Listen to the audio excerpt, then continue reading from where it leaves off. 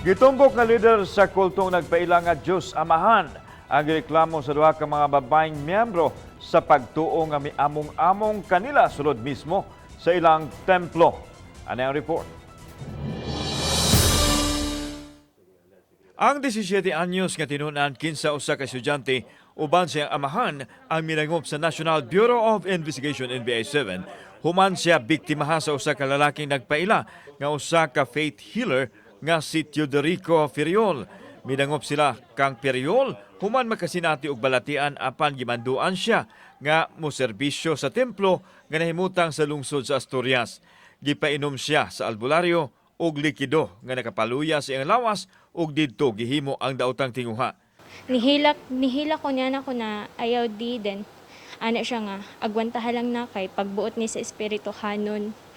Ako ni imong katalirungan, ana siya igor ako nisunod sa ilahang sugo. Di kita matras, sir. Nanay ka naman eh. So, hustisya gyud. Hostesya lang. Nasayran sa NBI nga dili lang ang 17 anyos ang nabiktima kay anaapay uban nga babae nga sakop sa grupo ang gipahimuslan kuno. Pinagis paghaylo nga pagbuot sa langit ang tanan. Gani naapay 32 anyos nga asawa ug usa ka OFW ang nabiktima og apil ang hinaghuang kwarta sa bana ang apil sa gipahimuslan sa akusado. Kaning duha ka complainants na to, private complainants, nahitabo ni sa ilang ang sexual abuse and exploitation during nagkandak ni sila og mission.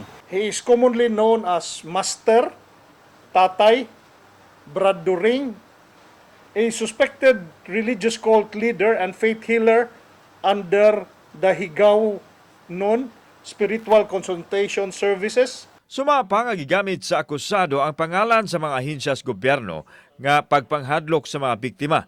Napasakaan og kasong pagpanglugos ang sinumbong kinsa unang gipatawag sa NBI.